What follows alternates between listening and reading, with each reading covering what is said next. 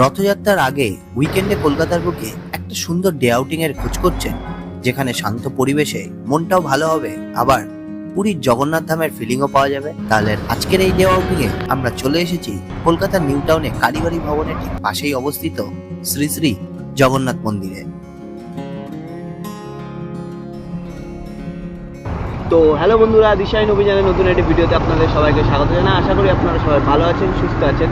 এই মুহূর্তে আমি দাঁড়িয়ে আছি কারিগরি ভবনের একদম সামনে, আর এখান থেকে কিন্তু আজ আমরা যাব নিউ টাউনে অবস্থিত বিখ্যাত জগন্নাথ মন্দিরের উদ্দেশ্যে। রথের আগে এটা কিন্তু একদম বেস্ট টাইম জগন্নাথ মন্দির ঘুরে দেখার। সকাল সকাল বিধাননগর স্টেশনের বাইরে থেকে KB16 বাসে উঠে পড়লাম। কলকাতার ব্যস্ত রাস্তাগুলো পিছনে ফেলে আমাদের বাস ধীরে ধীরে এগিয়ে চলেছে আমাদের গন্তব্যের দিকে। বাসের জানালা দিয়ে কলেজ মোড় বিশ্ববাংলা গেটের অপূর্ব দৃশ্য পিছনে রেখে আমরা এগিয়ে চলছিলাম। গন্তব্য কারিগরি ভবন। গন্তব্যের যত কাছে এগোচ্ছিলাম, মনের মধ্যে ততই এক অদ্ভুত শান্তি আর প্রভুর দর্শনের ব্যাকুলতা অনুভব করছিলাম।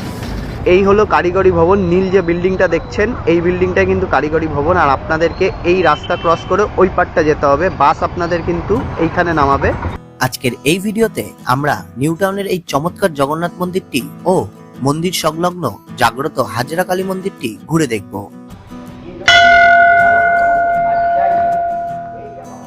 জানবো কিভাবে খুব সহজে এইখানে আসবে, মন্দিরটি ঠিক কখন খোলা থাকে এবং এখানে পুজো দেওয়া ও দুপুরের ভোগ প্রসাদ পাওয়ার সমস্ত নিয়ম কানুন ও খুঁটিনাটি তথ্য। তাহলে চলুন দেরি না করে আজকের অভিযানে ডুব দেওয়া যায়। আমরা আগে ছিলাম ওই পারে, ওপার থেকে ক্রস করে এসে কিন্তু আপনাদেরকে এদিকটা যেতে হবে। এই হলো কারিগরি ভবন। কারিগরি ভবন ক্রস করে ডান দিকে সেকেন্ড গলি দিয়ে যদি আপনারা ঢোকেন, তাহলে কিন্তু আপনারা একদম সরাসরি এই মন্দির প্রাঙ্গণে পৌঁছে যাবেন। গন্তব্যে পৌঁছাতেই দূর থেকে মন্দিরের চূড়া চোখে পড়ল। চারপাশের পরিবেশটা বেশ খোলামেলা এবং সুন্দর। মন্দিরে প্রবেশ করার মুহূর্তেই চারপাশের পজিটিভ এনার্জি যেন মনটাকে একদম ফ্রেশ করে দিল। এই মুহূর্তে আমি দাঁড়িয়ে আছি মূল মন্দিরের একদম প্রবেশদ্বারের সামনে। দেখতেই পাচ্ছেন আমার পেছনেই কিন্তু রয়েছে এই মন্দিরের মূল প্রবেশদ্বার, আর এখানে কিন্তু মূল প্রবেশদ্বার নতুন করে তৈরি করা হচ্ছে। তো চলুন এবার এই মন্দিরের সুন্দর ইতিহাসটা একটু জেনে নেওয়া যাক। এই শ্রী শ্রী জগন্নাথ মন্দির নির্মাণের কাজ শুরু হয়েছিল 2020 সালে। এরপর 2024 সালে হাজরা কালী সেবা সমিতি দ্বারা এই মন্দিরের শুভ উদ্বোধন করা হয়। এটি মূলত হাজরা কালী মন্দির কমপ্লেক্সের ভেতরেই অবস্থিত। ঐতিহ্যবাহী এবং আধুনিক স্থাপত্যের এক অপূর্ব মিশ্রণ দেখা যায় এখানে। মন্দিরের গায়ে এই সকল মূর্তির অপূর্ব কারুকার্য আমাদের হিন্দু ধর্মের সংস্কৃতি ও গৌরবকে কলকাতার বুকে ফুটিয়ে তোলে।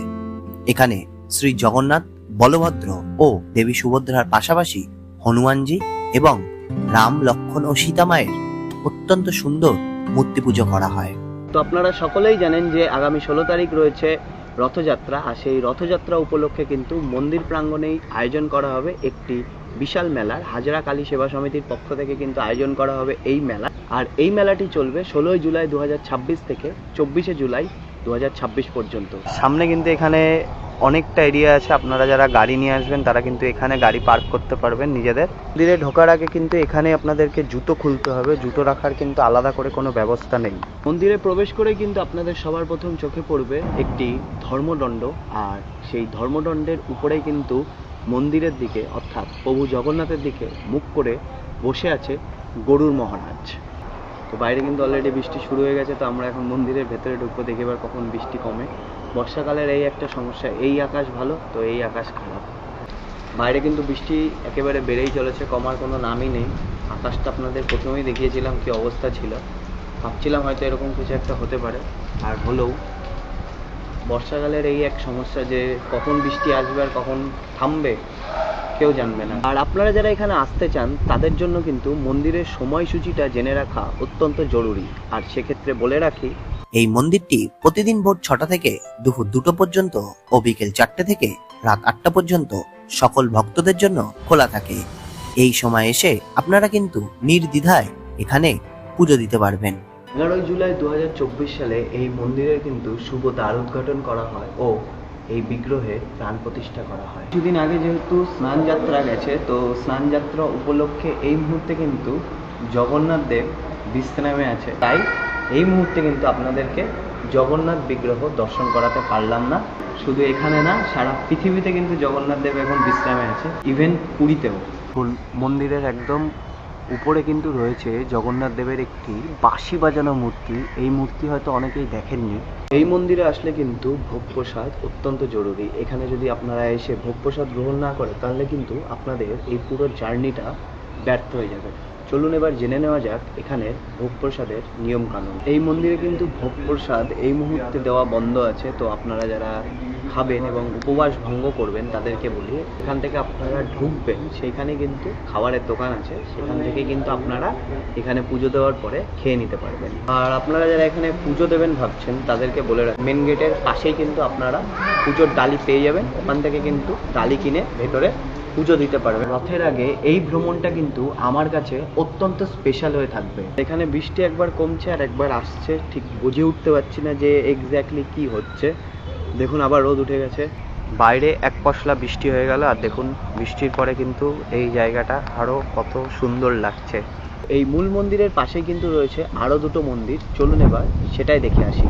মূল মন্দিরের প্রবেশদ্বারের ঠিক উল্টো দিকেই কিন্তু রয়েছে আরো একটি মন্দির, এই হলো হাজরা কালী মন্দির। লোকের মুখে প্রচলিত যে পূর্বে এই অঞ্চলটি ঘন বন ও মহাশ্মশান ছিল। জনৈক ভক্ত স্বপ্ন আদেশ পেয়ে এখানে পুজো অর্চনা শুরু করেন এবং পরবর্তীতে একটি মন্দির প্রতিষ্ঠা করেন। এখানে একটা সময় ছিল মানুষ এখানে দিনের বেলা আসতে পারতো না, খুব ভয়ঙ্কর জায়গা ছিল। তো এখানে পাঁটা বলি হতো একসময় প্রচুর। পাঁটা বলির মাংস দৈত্য দানবে খেত রাত্রে, পাঁটার মাথাগুলো খেত। যে পুকুর পাড় আছে, পুকুর পাড়ে তখন নিত্যদিন মানুষ পোড়ানো হতো এখানে। আচ্ছা, এই যে পাঠা বলি হতো বা রেখে দেওয়াটা, এটা তাও কতদিন আগে? মানে পাঁটা বলিটা এখনো হয়?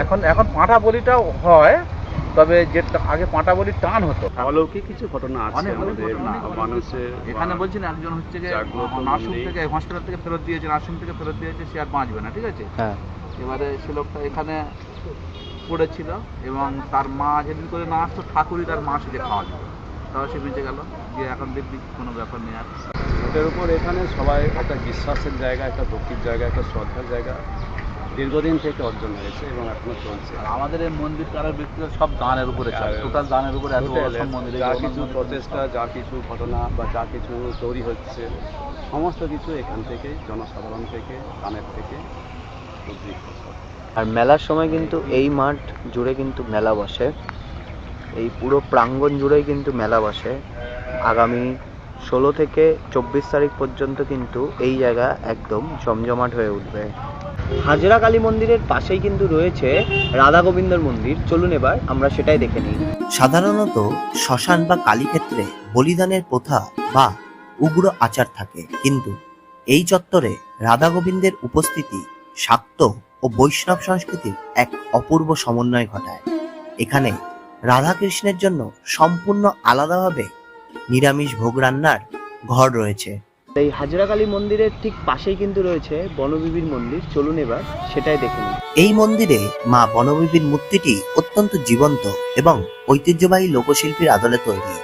সুন্দরবনের সাধারণ রীতির মতোই এখানেও দেবী প্রতিমা কোনো জাতি ধর্মের বেড়াজালে আবদ্ধ নয়।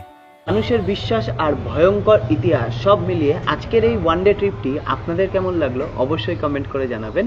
আমি কিন্তু প্রত্যেকের কমেন্টে রিপ্লাই করব। আপনাদের মধ্যে যাদের কোনো প্রশ্ন থাকবে এই মন্দির রিলেটেড, তারাও কিন্তু আমাকে আপনাদের প্রশ্ন নির্দ্বিধায় কমেন্ট বক্সে করতে পারেন, আমি প্রত্যেকের উত্তর দেব। তো এই ছিল আজকের ভিডিও। আই হোপ আপনাদের ভালো লেগেছে। কেমন লেগেছে অবশ্যই কমেন্ট করে জানাবেন। ভালো লাগুক কিংবা খারাপ লাগুক নিজের মনে করে জানিয়ে দেবেন। আর ভিডিও যদি ভালো লেগে থাকে তাহলে অবশ্যই চ্যানেলটিকে সাবস্ক্রাইব করে দেবেন। দেখা হবে পরবর্তী কোনো গল্পে, পরবর্তী কোনো অভিযানে। ততক্ষণ পর্যন্ত ভালো থাকুন, সুস্থ থাকুন, আর হ্যাঁ অবশ্যই পরবর্তী অভিযানের জন্য প্রস্তুত থাকুন। টাটা। বাইরে আবার বৃষ্টি নামবে। রথযাত্রার এই পবিত্র মরশুমে চারিদিকে যখন উৎসবের আমেজ, ঠিক তখনই কলকাতার বুকে লুকিয়ে থাকা এই পুণ্যভূমি আপনাকে দেবে এক পরম শান্তির অনুভূতি। বিশেষ করে রথযাত্রা উপলক্ষে আয়োজিত বিশাল মেলা, এই রথের দিনগুলোই চেনা ভিড় এড়িয়ে ঘরের কাছে এমন এক অসাধারণ উৎসবের আমেজ আর রথের মেলার আনন্দ উপভোগ করতে চাইলে এই জায়গাটি সত্যিই আপনার জন্য পারফেক্ট। তাই আর দেরি না করে এই রথযাত্রার আনন্দ উপভোগ করতে আপনার পরিবার আর বন্ধুদের নিয়ে আজই প্ল্যান করে চলে আসুন নিউ টাউনে শ্রী শ্রী জগন্নাথ মন্দিরে। এখানে আসা খুবই সহজ। কলকাতার যে কোনো প্রান্ত থেকে আপনারা ট্রেনে করে চলে আসুন বিধাননগর স্টেশন। স্টেশনের বাইরে থেকে KB16 বাস ধরে সরাসরি চলে আসুন কারিগরি ভবনের সামনে। রাস্তা পার করে কারিগরি ভবনের মেন গেটের পরের সেকেন্ড ডান দিকের গলিতে ঢুকলেই এটা হাঁটলেই পেয়ে যাবেন এই শ্রী শ্রী জগন্নাথ মন্দির।